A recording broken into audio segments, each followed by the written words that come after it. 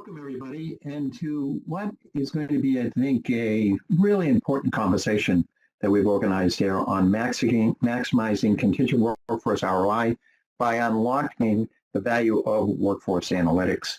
This is actually becoming a real fundamental best practice for contingent workforce programs to be able to capture and enhance the value that their contingent workforce services are delivering to their organizations. And we're going to take it to another level of what are the possibilities of being able to leverage this kind of skill set and availability. But first, before we do that, we are encouraging people to use the question section here where you can put in questions. If we can get to particular questions during the discussion, we're going to try to do that. We do have a question and answer section at the end of our discussion here, and then we will follow up on any questions we don't get to. So one of your important jobs is to put in some questions, burning questions about the content or just about this topic in general, and thank you for doing that. Let me just share some insight on SIA. Fundamentally, we're a market research company, and we build research and insight about the contingent workforce marketplace from a supplier's perspective, but also in that important how-to perspective for buyers. And we have two different memberships for each one of that perspective, corporate membership or council. And then we take that information and we go out in the marketplace and we conduct events, we conduct webinars, as you're participating in right now. We have an executive forum for staffing providers going on in London right now at this particular moment. So those are important events to get to expand your knowledge. The other thing we have is we have an editorial division. There is a magazine that we have been publishing for quite some time, but more importantly for your knowledge pipeline, what you should do is connect into our blog on Staffing Stream or CWS 3.0 and see what some really smart people in the marketplace are doing about things right now at this moment on a weekly basis. And then finally, we have two certifications, one on best practices for contingent workforce management, the other one on SOW best practices. So take a look at that and see how you can take advantage of this value and insight that SIA builds on this marketplace that we all participate in. Just a quick note about the CWS Council. These are some of the brands that are participating in this. This is a buyer webinar, and what we have in the audience here are buyers and contingent workforce program managers in the industry. And one of our panelists, which I'll get to an introduction, Jeff, is also a member of our council. So thank you, Jeff, for doing that. So let's introduce who we have for speakers today in the discussion that we've pulled together here. So first, I'm going to go to our buyer representative on the panel, Jeff Dubisky, who is the Global TA Lead of Contingent Workforce and Strategy and Planning at Intuitive. Jeff, give us a little bit about your background. Sure. Thank you, Clarence, and thank you, Sue, for bringing me on. And Jeff Dubisky with Intuitive Surgical. I've been in this space for 30 years, which means that when I first started, my first VMS was a fax machine and data and analytics was done on Excel. So I've seen a lot happen over that 30 years. I started on the pre-MSP sort of VOP side of the house as well as a technology provider, had a great opportunity to be a consultant for a period of years, and now here I am in the practitioner's seat, and it's just a great opportunity to bring all of that together. I think of it as a big lump of clay to kind of build over the past experiences of 30 years, but then in a continuous opportunity to learn and grow this space as we mature our program. So thanks so much. I look forward to our discussion. Okay. And Sue, it's very rare that we have a senior executive as yourself actually in some of these panel discussions and be able to see your perspective. And so it's exciting to have you here. Sue is the president of Sapience. And Sue, why don't you give us a little bit about your background? Oh, I think you might be on mute, Sue. It's the one piece of instruction I received before starting this meeting was to turn off my mute. So I'm already struggling to be successful. And I was pausing for a moment there to give Jeff an opportunity to talk about Disney, because it displays so prominently behind you, which is everybody's happy place. So as Steve mentioned, I'm Sue Watts. I'm the president of Sapience Analytics, where we're helping companies leverage work time data about what's happening in the workplace to get better value from the human capital spend, both on the employee side and on the contingent worker side. I have had the good fortune in my career to spend most of my time on the supply side of that equation, working for companies like Capgemini, where I was the head of application services delivery for the US and UK and Asia. I also was the chief operating officer at Xerox. So companies that provide at scale external labor workers to support other companies getting important things accomplished within their enterprise. Okay, excellent. So these are two perfect panelists for the discussion that we're going to pull off here and dive right into. And so let me try to set the table a little bit.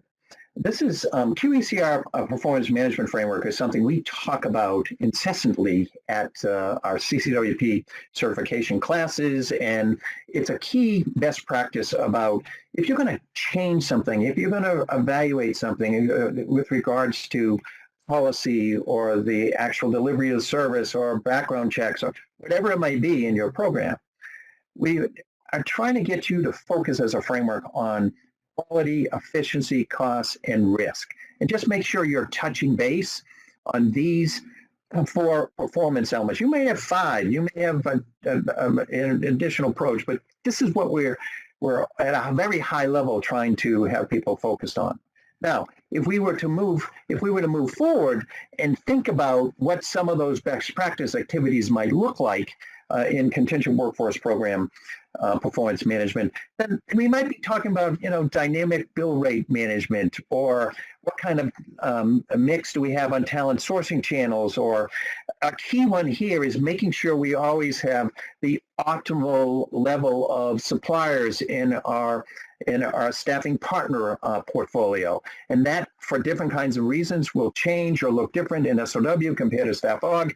But the key to all of these, to be able to effectively execute these management best practices, is visibility of the performance, because you can't manage the value in any kind of detailed way if you don't understand what is being delivered at that moment in time. And that takes access to data, that takes access also to being able to understand how to analyze that data and then come to some conclusions to drive some enhancements of change, a return on investment, of performance. And so that's what we're trying to focus on as a key thread through this conversation. All right, so I jumped a little bit ahead here. I was going to introduce the slide. So Jeff, can you give us an example of how you're using data to actually analyze performance and enhance performance? And it's something about J-curve gaps? Okay, there you go. Sure, thanks. So a couple things that we've done over at least the almost 3 years I've been here with the program is a lot of times, both in the talent acquisition space and the contingent space, we talk about time to fill. Time to fill is a great metric, and it's the most terrible metric you can ever use, depending on how you're applying it. And so some of the things that really influence that are trying to take a look at when is the need, when do you need sort of those feet under the table or at a station, and when will that person actually be fully productive, right? And there's varying measurements based on the types of roles that you have here. So one of the things that we stepped back on is we started talking to the different business segments. And we now, instead of time to fill, we look at variance to want. When do you want those individuals, that talent, in the seat or at the station? What are the things that influence the onboarding, the first day readiness, and the training application, and getting them to productivity? That creates a very different discussion when now managers are thinking about, when do I open a requisition? What headcount do I want to allocate versus do I want to go for temporary? And that has really changed, again, dramatically, how we load our recs for future application, when we actually can create the overall readiness, when our trainers are available for cohorts on the manufacturing and logistics side of the house. but it has really influenced so many things. And then again, allowed us very specifically to look at when they're actually productive. That also cascades into, if you take a look at here, no-shows, right? And restarting the process based on the emptiness of the cohort, or quick quit, which I define is largely within the first 90 days, especially at 30, 60, 90, and then post that. What are some of those things and root cause that we're losing people on? And what I will tell you is, in doing some of that analysis, we were able to attack this to create a closer variance to want, actually pulling people in exactly when needed and available to be trained.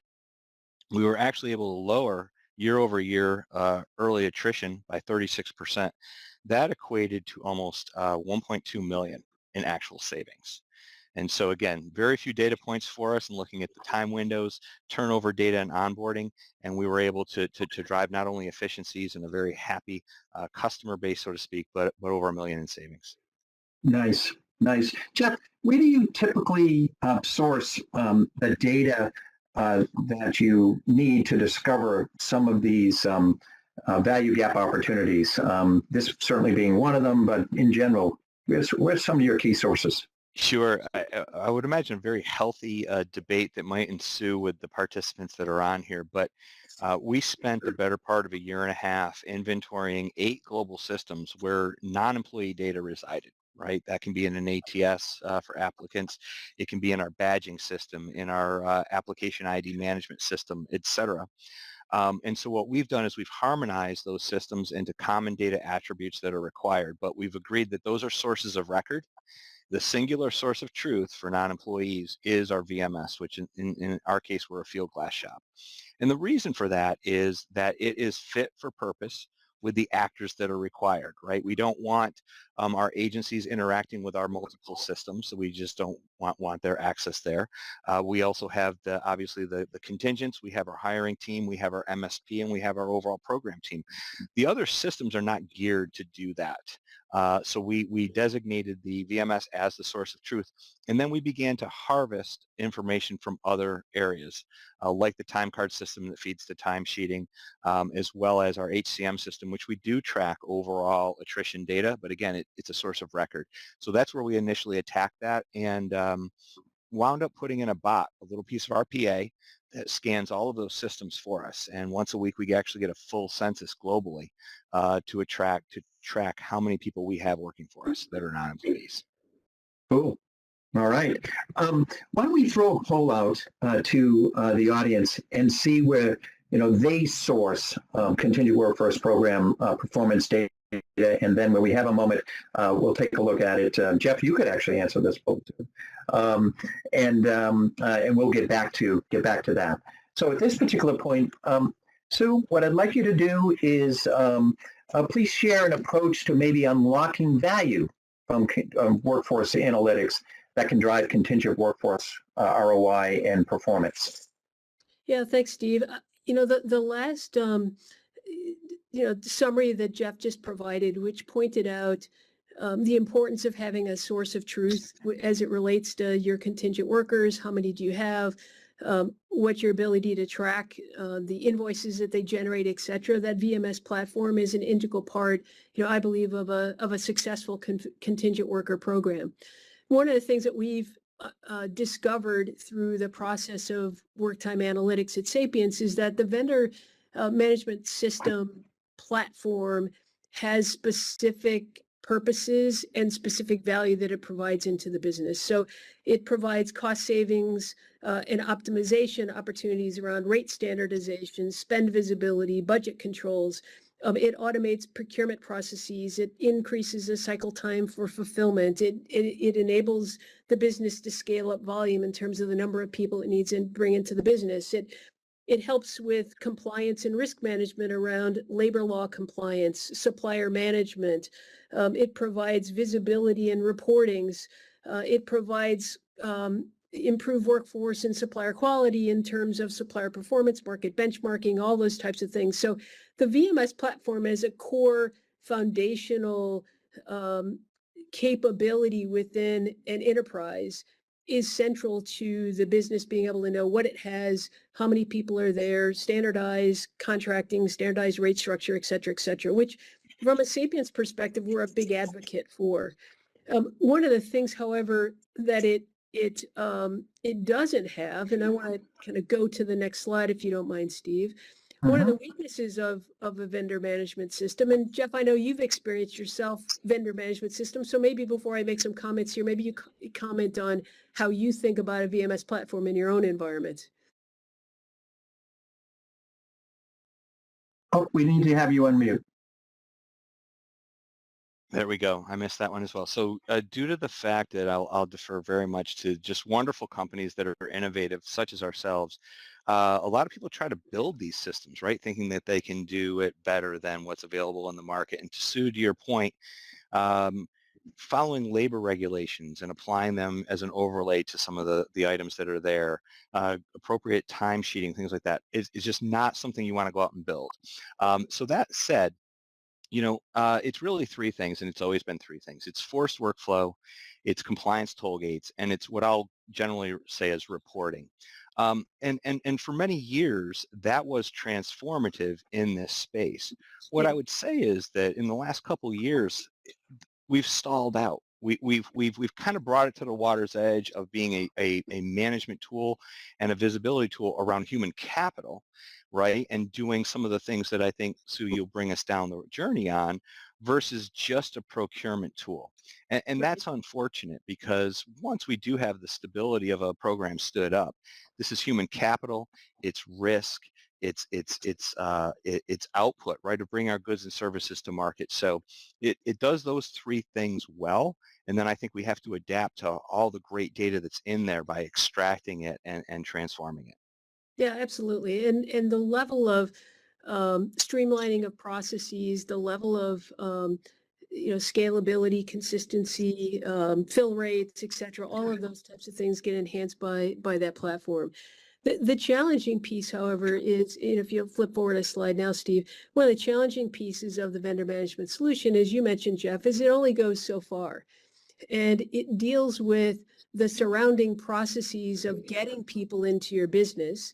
It deals with the surrounding processes of getting an invoice and getting an invoice into your billing, into your accounts payable system, and enabling you to understand the hydraulics of what's going on in terms of that part of the process. What it misses is what's happening with the people that are actually working in the environment. What are they actually doing? When you get them into a position of being filled into an opening, you get yourself into a position where you've got the right resource, the right skill set with the right team on the ground, working, supporting the organization. The question then becomes, what's that person actually doing during any given day? Are they doing what you expect from them? And are they spending the amount of time that you expect doing the types of things that you value most within the business? And so it lacks, a VMS system lacks the visibility into work habits, measurable outputs on productivity. It lacks work time visibility and accuracy in terms of what actually people are doing, the number of hours they're actually working, et cetera. That type of billable time is in the VMS platform, i.e. the supplier provides a time card that gets accepted. And so the number of hours the supplier said the person is working is in your VMS platform, but the number of actual hours that a person worked is not in the VMS platform.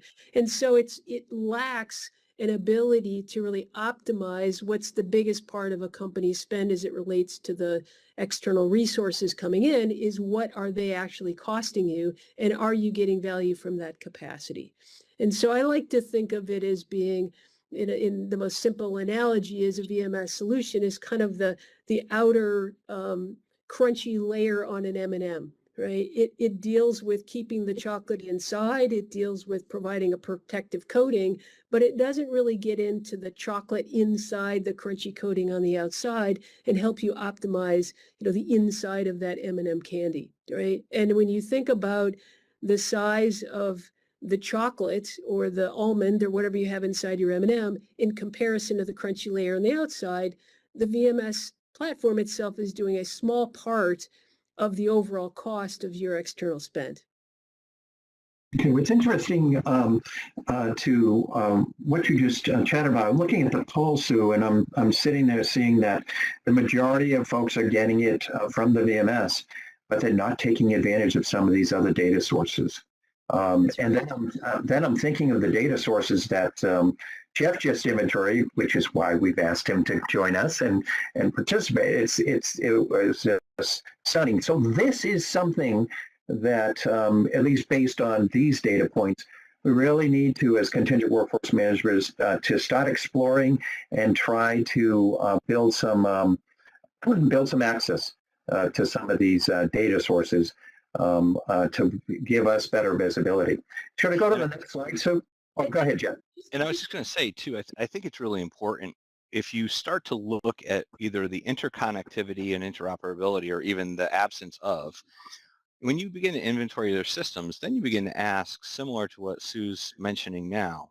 So a perfect example of what we found inside of our learning management platform, right? So right now, in an early stage, we kind of spread it like peanut butter. Everybody had to take the same sort of 60, learning modules when they were onboarded, and then there's an annual renewal of a subset of those. Well, we did an inventory of that, and we said, if we went to role-based, right? So if we actually knew a job family and we knew a title and we knew the function they were in, and we began to focus the types of education credits that were required, all of a sudden we skinnied down from 60 to 50 to 40 to 30, whatever it was. And that amount of hours, to Sue's point, having visibility and saying, if I was to reallocate that to actual output of whether it's manufacturing time or R&D time or whatever, it's a massive number when you apply it at scale to not only your workforce, but your contingent workforce. So, as you inventory those systems, just ask some good questions about why would our contingents be in there in the first place, and what is the actual intended and unintended consequence of them using it. Yeah. Yeah. In your example, Jeff, when you talk about taking a peanut butter approach of everybody goes through 60 learning courses, and then you take it to a role-based and say this job should be doing these types of activities and therefore need to understand these types or have these types of skill sets, therefore do this type of training. The next more insightful element of that is who's actually using those applications, how much are they actually using it, and therefore do they really need to be trained, yes or no, and or to look at one person who may be doing the job and being super efficient and somebody else that's not, targeting specifically where the inefficiencies exist in a particular application that enable you to know exactly where to pinpoint and invest in that training. And oftentimes the training is a consume as you go, i.e. the more classes that are taken, the more we pay our learning provider. Right. Being able to scale that back to specific needs is an important aspect of understanding what's really happening with your workforce. Yep. And so when you think of the VMS platform, it tells you how many people do I have? Do I have them on a standard rate schedule? Do I have consistent contracting amongst my providers? Do I have a way to put a requisition out and get the right candidates in? Do I have a way to distribute those out to managers so they can interview candidates, et cetera? It does a great job of filling up the funnel, if you will, and getting people into your business. The next part becomes, well, how do I best optimize those people I have in my business? How much capacity do I have? Am I utilizing it properly and to the best outcomes for my company, right? And the VMS platform by itself doesn't answer those questions. Yeah, and Clarence, if we're taking inventory on our, the QECR model here in that cost quadrant, so we just reallocated time, which is not only savings in one area, but it's obviously lift in another. As Sue mentioned as well, reducing that pay-as-you-go model, especially in the learning side of the house. But again, as you inventory those systems, if you have a source of truth, the question is, are you paying for records that are redundant across all those other systems where you might have a PEPY model or whatever, versus allowing you to feed or analyze off your source of truth? So, if you're keeping count there, I think we grabbed 3 opportunities to save some money in the programs. Yeah. Mm-hmm. So when you start to think about, do I want information about what my workers are doing while they're at work? Yes or no? If the answer is yes, I think I might, then or yes, I think I do, then your next question becomes, what is it I really want to know about what's going on in the workplace that enables me then to get best value from what I'm spending, from that expenditure for those people. So simple questions might be, what's the actual work time versus what I expect? Right? I expect people to be working 8 hours a day. How much are they really working? Right? Simple question, but important with respect to capacity and optimizing capacity. It might be, are people actually showing up for work each day? Right? And you'd be surprised in a world where people are working remotely, how much people can look like they're actually working when they're not actually working. Right. So knowing what's going on from that perspective is important. On the other hand, it might be who's working long hours. If you're paying overtime premium for people who work more than 8 hours a day, or you're paying overtime premium for people who work on the weekend, who are those people that are doing that work? And are they doing things in overtime or in a weekend that are valuable to the business?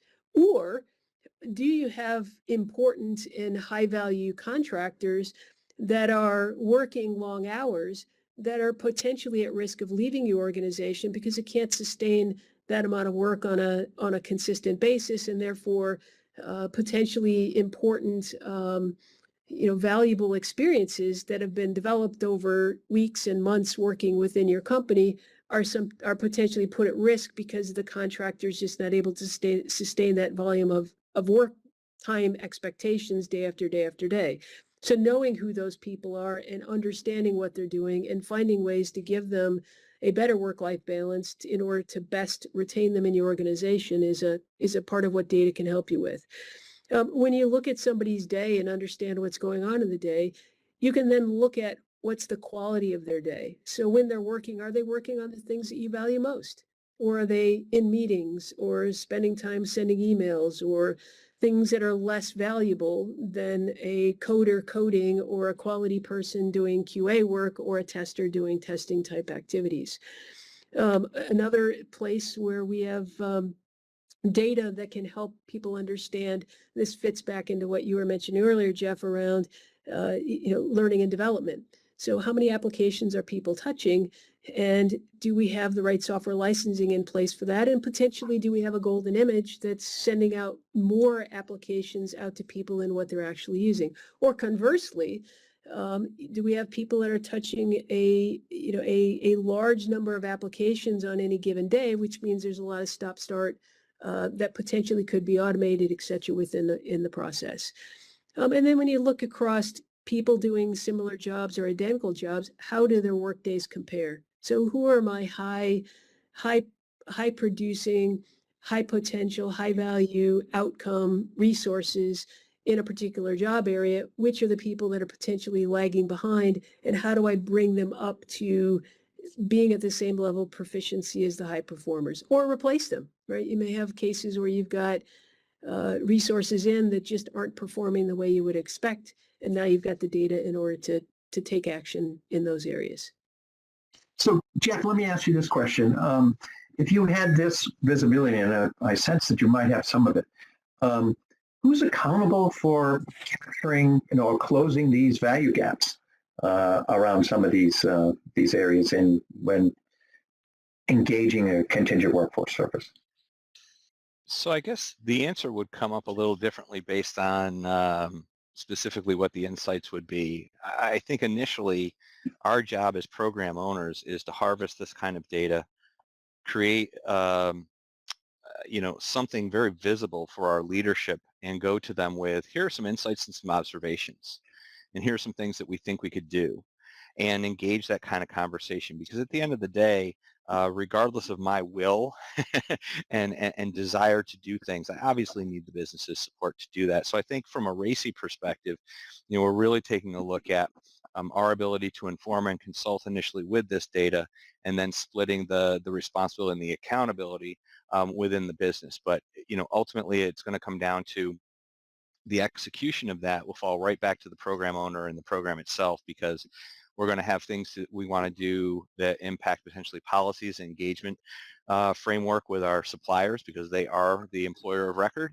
We want to make sure that we've brought them alongside of anything that we're impacting around wage and hour laws and things of that nature. And then obviously on the floors and in the offices themselves, making sure the managers are prepared to take a look at the things that we want to do within a time frame, and then calibrate and measure again to show the ROI. So that's a consultant's answer. Apologize, but I think that with the myriad of actors that we would have or stakeholders we would have in there, that would be the most important place to start. Okay. One of the things that, Jeff brings up is, businesses are complex. They have oftentimes matrix leadership, organization structures. They have stakeholders that sit in the business and the procurement department and compliance and HR, et cetera. So as a consequence of that complexity, oftentimes who manages the contingent workforce can be can have some ambiguity to it, right? As a manager, I have contingent workers on my team and therefore I have some responsibility, yet they're different than my employees. So I think about performance management differently with them. The procurement team has some involvement because they've got the supplier relationship. You've got HR that provides instructions on policy. And so, as a consequence, what people are doing at work on a day-to-day basis and is it bringing true value to the organization can sometimes get lost in all of the different handoffs that exist in a natural organization structure that are different than what you would see in an employee side of the equation, where the hierarchy is oftentimes clear, and certainly the cause and effect of performance to pay, performance to bonus, performance to retention, performance to career longevity, et cetera, are way clearer and managed differently and more successfully than you would be with an organization that is a bit arm's length. And therefore, data is a part of the equation about what's really going on.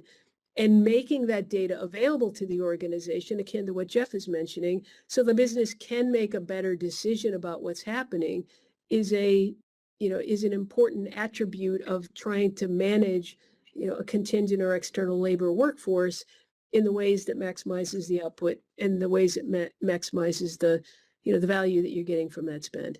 Yeah, and I don't want to lose two things that Sue brought up that are incredibly important and also potentially a cautionary tale as well. So, again, thinking of when I started in this business 30 years ago, the approach was to lock things down and not allow the business to make decisions within their business decision rights about where to spend and how to spend. And things are a little bit different now depending on how your program goes. But I think the value of the data is to allow them to have visibility and insights and to guide them through those observations and give them both what the intended and potentially unintended consequences might be of the change.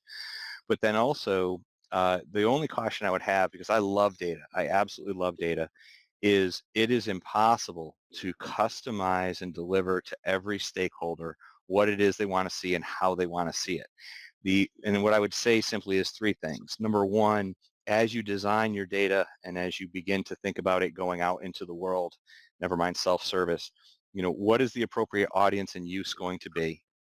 Ensure that the definitions are level set so that there's no misinterpretation, right? We're all talking about the same thing about the data that's been delivered.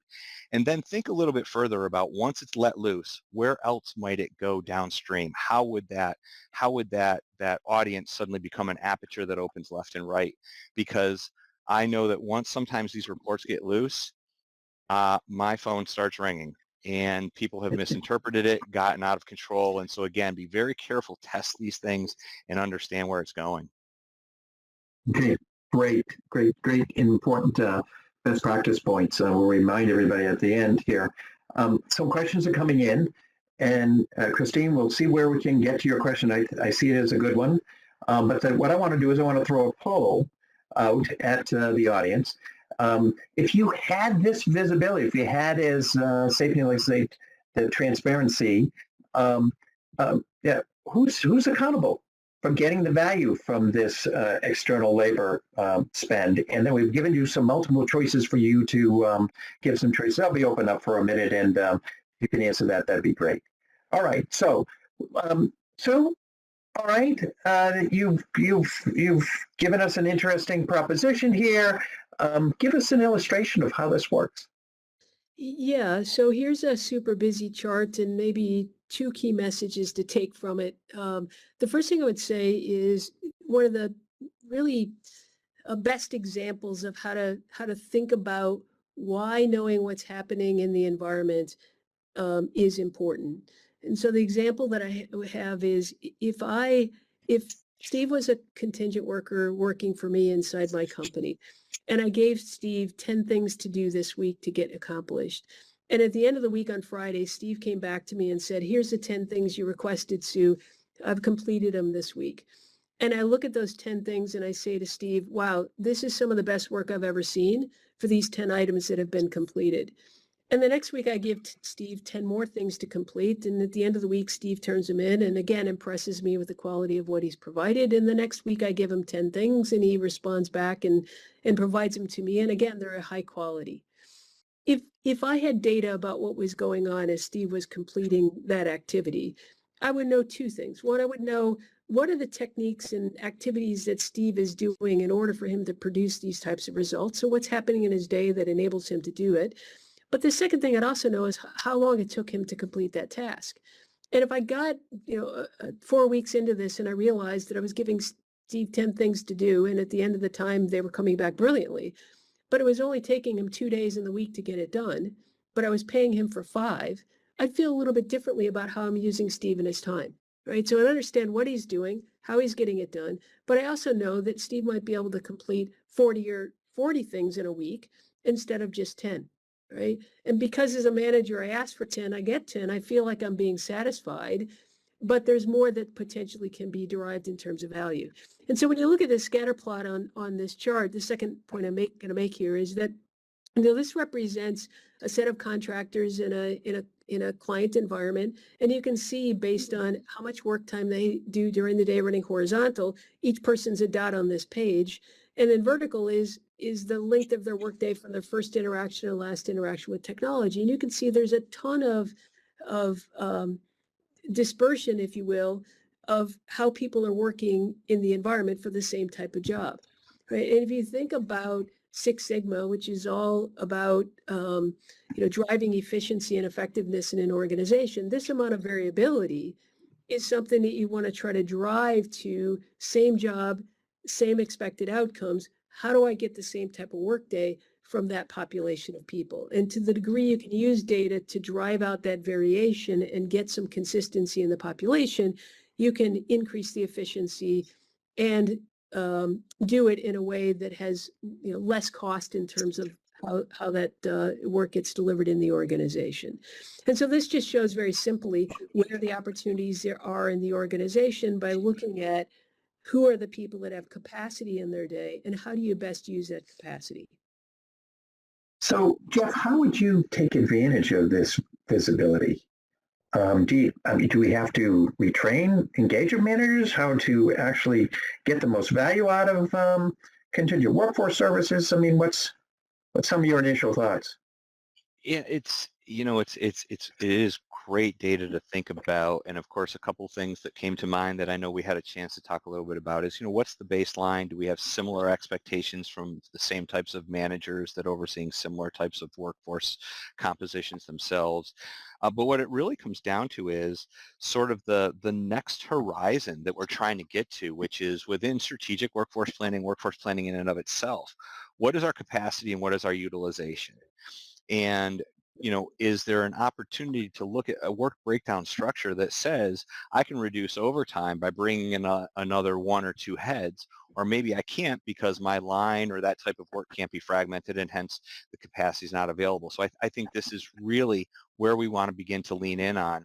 And there's some things that we're doing to harvest this data, largely driven by our finance function, believe it or not, that are very much looking at the total cost of composition of our workforce and trying to decide on a mechanism of how do they sort of dole out that annual headcount to hire, and then what falls into the indirect spend, which of course is where we pick up that capacity. So it really is taking a look at what's the total outcome. And from my perspective, we have a long lens on this. We kind of look at quarter to quarter, year over year, and in some of ours, we actually do a 6 running quarter to take a look at what was our output, what was the total hours billed, straight time, overtime, and the allocated headcount there. So I think that's, we're taking baby steps into this. What Sue's offering here is obviously a bit more in depth of the ability to digest.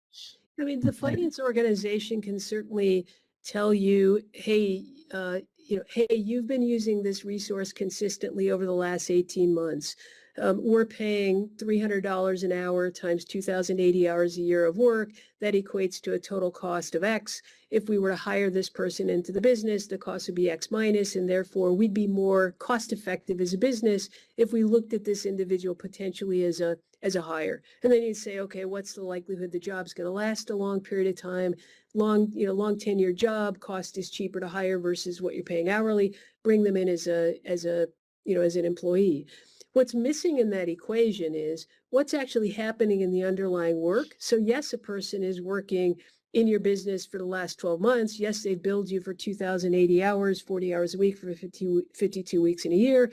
But are they actually working during that time? And therefore, do we truly need that person based on the capacity that's actually been utilized, right? And what data shows you about what's going on in that workday is, the next piece of the equation, which is how much, is a capacity component. So, again, certainly you can get the labor arbitrage on what a contractor company is charging you versus what you can hire for. The capacity component is another one, and I would attest to you that it's bigger than the labor arbitrage component Oh, of sure. contractor versus hire. No, I agree. And let's face it, we're a manufacturer. We have our manufacturing and logistics teams dialed in. We know exactly what the output should look like at each work cell, what it takes to get a system in from, first screw out to final quality test. And those are areas, obviously, I think what we tend to miss is how do we apply that to other areas that, while knowledge work, professional based, are also production type, right? I think of talent acquisition as production based. I think of taking a look at AP and AR, production based, right? But then, and Sue, I think this is where you're trying to do the overlay, is what are some of the things that impact that actual productivity though? Right? You mentioned meetings. I think we're all meeting to death. And are those meetings that advance productivity or that detract from the productivity? In a remote world that we are in now, how does the chase of an individual that you have a dependency on infer a difference between just being able to walk a couple cubes or offices down? So just such a neat realm of what I like to say is the data is going to actually allow me to ask more questions than necessarily it solves. But what a great way to initially unlock that. Yeah, I mean, one of the things that's interesting about work is, when you think about your business, you've got the production workers in your manufacturing that are building the devices that ultimately get sold to your client, where the assembly line is very structured, it moves and people sit alongside it and they are able to produce, output as it moves past them to get it done. And it's all very structured and it's quantifiable and it's very objective, right? A lot of jobs within work are different than that, right? If you sit down and you were to say, okay, Jeff, in your job, how much can you actually put an objective measure that says, this number of things have to be done, by quarter, such that when you get to the end of the year, you can, quickly calculate all of exactly what was accomplished against a very defined metric of success and have it be objectively measured throughout. Most jobs have a component of that, but a very large component of subjectivity, right? And the subjectivity portion of work is an important output, certainly, but time is a part of that dimension, right? How many of Jeffs do I need to complete the subjective part of the job that needs to be done, right? The objective part you can quantify easily. The subjective part is harder to quantify. And therefore, knowing what's going on in that workforce and the ability to understand, is what's being worked on during those subjective periods of time, is that work that what our company values most, right? Are those activities things that will benefit and move the business forward where we need them to be? And there's an aspect of your job, Jeff, and I'm not trying to pick on you, but there's an artfulness of what you do. But at the end of the day, it's providing value to your company with respect to the types of things that you're doing each day. And that comes from having information that enables you to decipher it.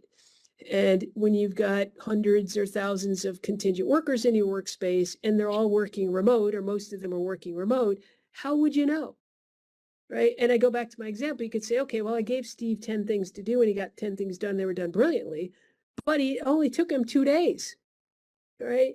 Am I okay with that? And you might say, yes, 10 brilliant things from Steve is a perfect week. And if he can get it done in 2 days, we hug him and we say, outstanding, Steve, your brilliance shines in your output.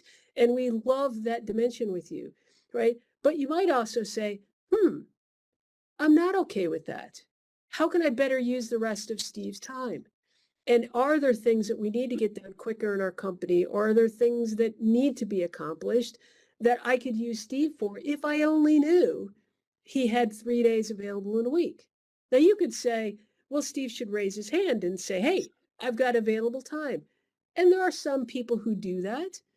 But if you're going to run your business based on, I don't know what people are actually doing, I don't know how long it takes them to get it done, I am seeing their work product on the output, is that how I really want to run my business to get the best outcomes? Sometimes yes, but in the main, probably not, right? Probably not. Okay. We've got a couple of things we want to make sure we can cover here. I was just going to respond to the poll. It looks like I'm not sure. No answer. One again. But there was some folks talking about the line manager. And also, it's interesting, there are some people saying the contingent workforce program. And as Jeff has pointed out, and Sue is giving an opportunity, maybe some transparency, maybe there's an opportunity to look at the productivity of the actual engagements.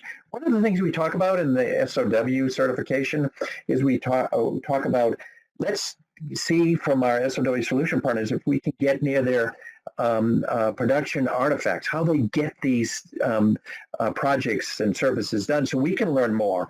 I think there's an opportunity to learn more about some of the staff aug engagements that are applied, and then maybe we can more efficiently manage them. But let's get to some of, if we're going to do all this hard work, what kind of results can we expect potentially? And then let's also talk about maybe how to with some of the time we have left.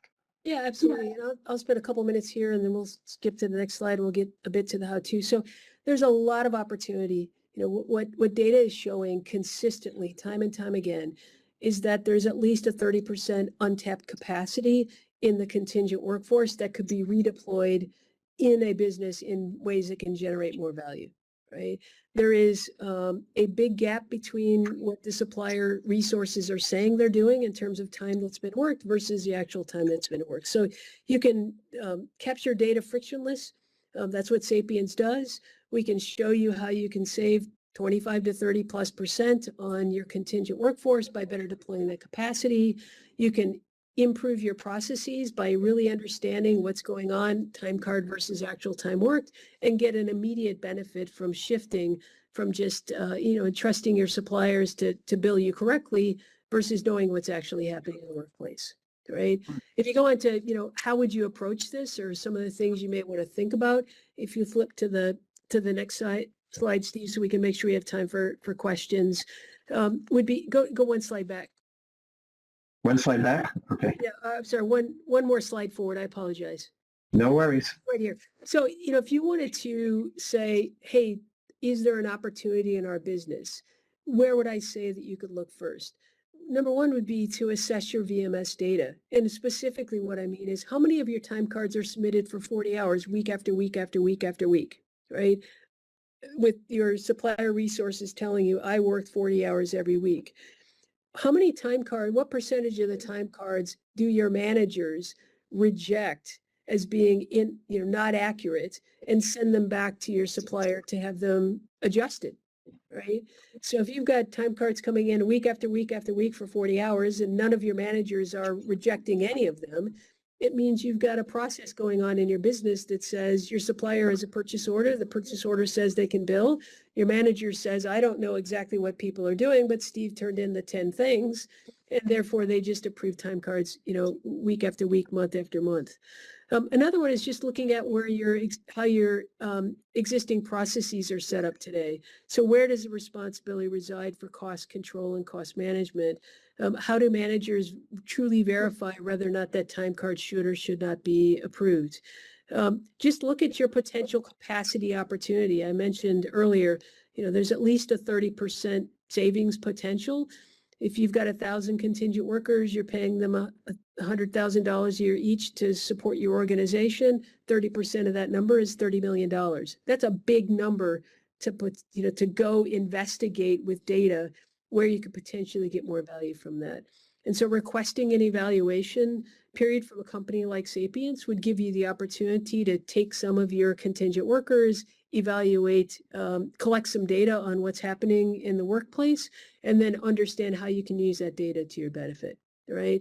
And the prior slide just goes through three simple examples. So, one of our customers just looked at time not worked, invoice, actual time versus time not worked, and quickly negotiated an $18 million savings with their supplier by showing that they were being invoiced for time that wasn't actually worked.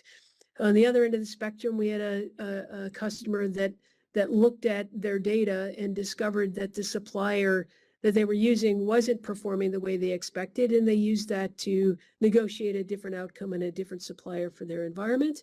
And the one in the middle just used the data to compare time cards versus actual time worked, changed their processes, and saved $25 million really quickly. So the numbers are big, right?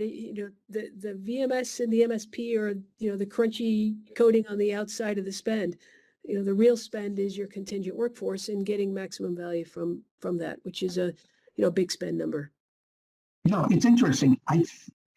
Jeff, I'm sensing there's something really important here, and it's just little things that I see, especially with all these incredibly brilliant people going through the CCWP programs, because one management consulting company was using like 1,200 bots in their organization. Maybe this isn't as powerful as I think it is, but they were saying one bot can replace, in their organization, in their situation, 2.5 FTEs.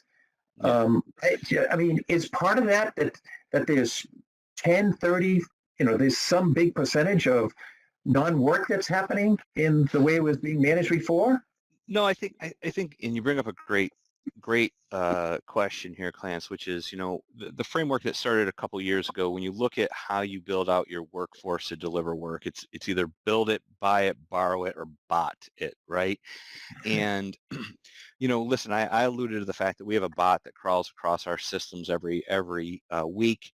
We get a full global census. It was the unicorn that was finally delivered to us about knowing exactly who had a badge or systems access that was a non-employee. That saved us 6 weeks. 6 weeks of our data team's time and our program team's time. That's a reallocation, though. I think the scare tactic that came up a lot was, hey, similar to an ATS, suddenly recruits people, you don't need recruiters. That was nonsense. A VMS, you don't need a administrator. That was nonsense.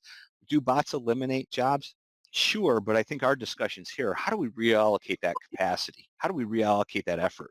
When we take normal everyday items that happen, teach a bot to run those, now all of a sudden finance, risk, IT, any business function is served up, right? Sort of its daily dose of items to do that are either partially complete or fully complete, and now we're elevating the work that those individuals can do. So I think it's a balance of both. Can you do some arbitrage and shed some heads, or maybe not replace as people leave? Absolutely. But I also think that being able to grow at scale and at pace without adding heads because of automation is absolutely the play to go. The one thing I will say, Jeff, and you raise a really, really good point, and it has to do with how technology is going to make work easier, work faster, and make work less human involved, right? And so if you're a business and you have people in your organization that are using technology for those purposes, by definition, it's creating capacity, right? Capacity. And as a leader, if you don't understand where that capacity is in your organization that could be redeployed, you are carrying more cost in your business than you should be. more cost than probably your competitors would carry in similar circumstances, which makes your company less competitive. And it gives you, you have an inability to harness that talent for the greater good of what you want to accomplish. And I would tell you that if you don't know where that capacity exists within the business, you're going to struggle to know how to redeploy it. And you can take, your 6-week example, you as a manager directly over that, if you're a good manager, knows now you can redeploy that capacity, but take that at scale, right? Across hundreds of managers within a company with thousands of resources all reporting to them. How do they know?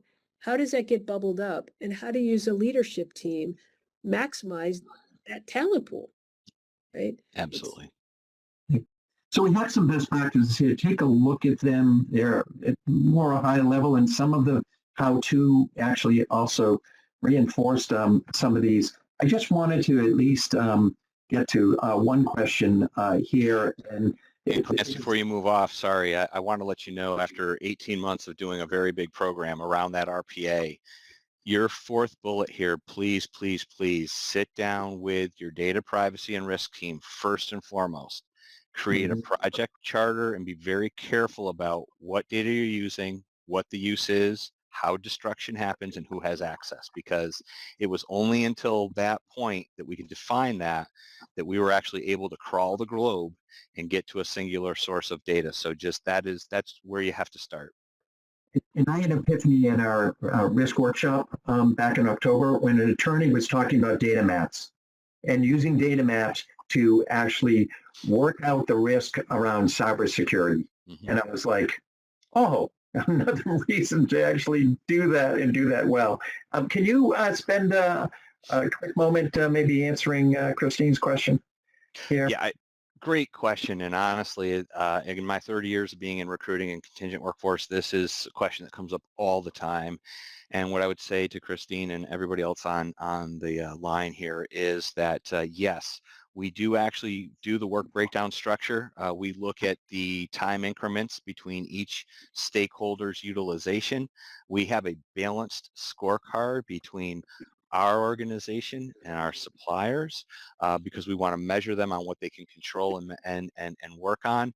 And we often know that it's very easy to point the fingers at the recruiting team or at your supply base. And then when we uncover, as we've been talking about, solid, clean data, we often find that managers raise a requirement that is absolutely necessary, yet take an incredibly long time to review resumes or continuously ask for more resumes. Or in what we have found on my consulting side and now here also at Intuitive, managers often have a really good budget, right? The credit card and the headcount's reloaded in the first quarter, part of the second quarter, then finance starts to throttle it back a little bit.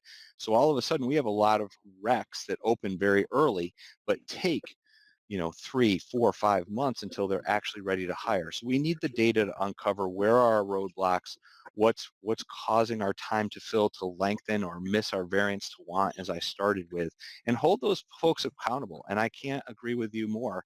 It impacts our brand. It's a poor contingent workforce candidate experience. Anybody that's a lawyer on the phone and just ducked undercover, I'm sorry, but that's the absolute truth. And as we really take a look at investing in our processes to be more efficient and work at pace with the business, you have to hold each of them accountable. So great question, and I would take a look at whether it's your VMS, your ATS, or both, each of those timestamps and see who's holding up the process. So clearly there's some value insight available here in the data that our program organization is producing that can really drive some enhancement in performance. And so there's further research that we can look at or participate in a CCWP certification program. That's another source. So there's some things there. Big thank you to Sapience for bringing out, I think, a clear view or transparency, as they like to say, of opportunities to enhance this incredible spend that's happening and workforce value that you've created as a contingent workforce program. It's one thing if finance comes and says you got to cut the budget by 5%, do you take it out of the shell around the M&M contingent workforce spend, or do you work more sophisticated because you have visibility to the internal piece, which is the 90% of the spend? So I get very excited about the opportunities. You get a credit for participating in this webinar. Also, CCWP may also offer you some value, but thank you again to our panelists and your time in spending it with us during this discussion. Have a wonderful day.